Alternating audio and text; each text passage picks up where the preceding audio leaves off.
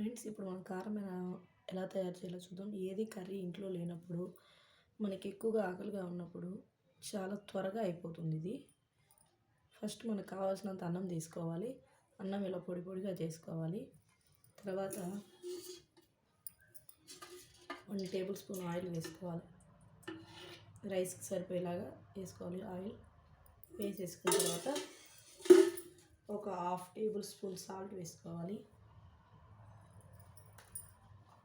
1/2 table spoon కారం వేసుకోవాలి. 4 తెల్లపాయలు కచ్చాపచ్చాగా దంచేసి ఇలా వేసేసుకోవాలి. ఒక మీడియం సైజ్ ఆనియన్ వేసుకోవాలి. ఈ మొత్తం ఇలా వేసేసి నీట్గా ఇలా కలుపుకోవాలి.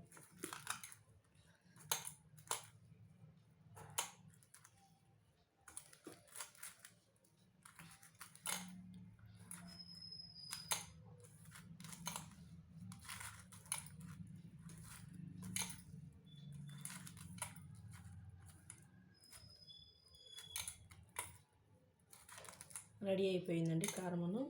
చాలా టేస్టీగా ఉంటుంది. తింటూ ఉంటే అసలు దీని ముందు ఏది పనికిరాదు. ఏ నాన్ వెజ్ కూడా పనికిరాదు. చాలా టేస్టీగా ఉంటుంది. తినే కొద్దీ తినాలనిపిస్తుంది. ఇన్స్టెంట్గా అయిపోతుంది ఫ్రెండ్స్.